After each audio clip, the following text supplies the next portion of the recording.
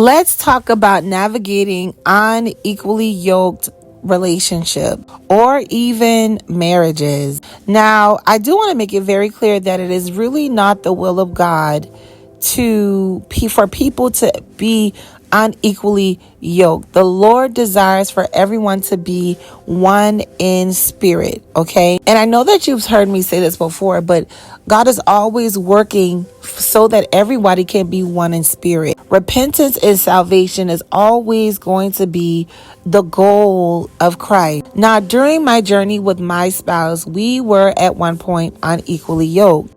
And I'm going to be honest with you, that was just one of the hardest seasons of my life because I used to be on the level of thinking and seeing things the way that he did until I completely surrendered everything to God. And through my surrenderance, we were on two different platforms. Like, we were on two different levels spiritually, which eventually evolved over just being different altogether. Now, a lot of times people would say, well, break up with the person, but a lot of times God will use you to kind of influence that person to be saved. But it does come from seeking his will concerning the person. So it's always very important to know what God is telling you concerning this certain individual. I want to encourage you to let you know that if you are dealing with a spouse that is unequally yoked, the Lord is always going to be forever dealing with them. You will see so many different sides of them, and it will be very hurtful when you see them do things that God does not approve of. Okay, I want you to know that the devil will fight you when it comes to this person. And this is something that you actually have to be called to, because if you're not called to do it, then you're probably not going to know what to do. God equips us for the things that he wants us to do. So navigating this season of you and your spouse's connection, it really does take a complete total surrenderance to God and doing things his way, because God knows this person more than you.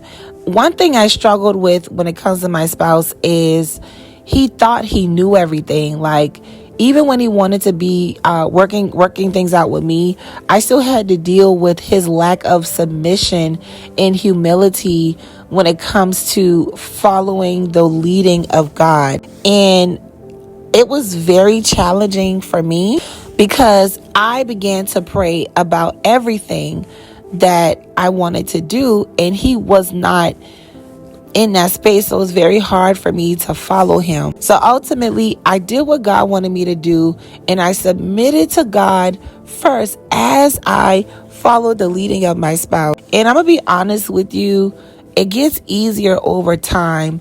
But I want to encourage you to let you know it is very much so possible, but you will have to be on a prayer and fasting basically agenda when it comes to their salvation. But it's not impossible, and it is a beautiful thing when you see them draw near close to God and your conversations are more God-centered. Your biggest thing is you do not want to be judgmental.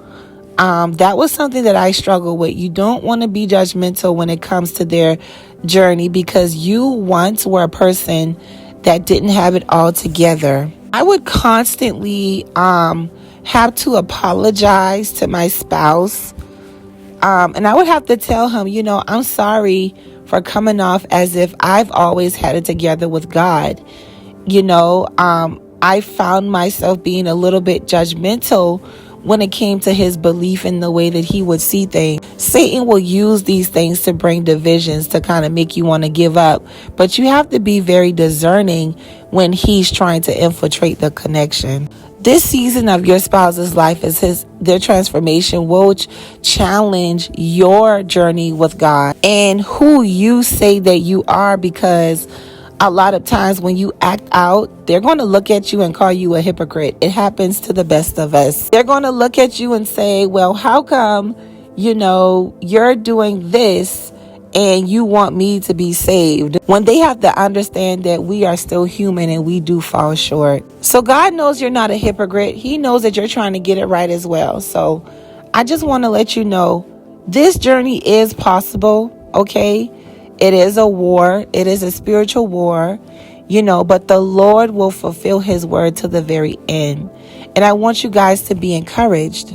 If you are a person that has been trying to book a one-on-one call with me, I do have a lot of open spaces available. So all you actually have to do is either send me an email or send me a message on TikTok, and I can actually get you in on the times available. If you are also a person that is standing and you're tired and you feel like you want to give up on your journey, I wrote a book called The Runaway Bride. This book will literally have you in tears, and it's very relatable to anyone who feels as if God has failed them, or you want to give up on your journey when it seems like nothing is happening for you. It's very drama filled, and it will put things in perspective on why you need to keep going. You can find that in the link in my bio under the Runaway Bride non-bundle. Okay, this is the one that does not have a candle with it. With this, you will get an offer for a discounted price for a one-on-one call, encouragement session with me at a discounted price. If you get it is in the link in my bio under non-candle bundle. You'll see it. I love you guys, and I'll see you in the next video.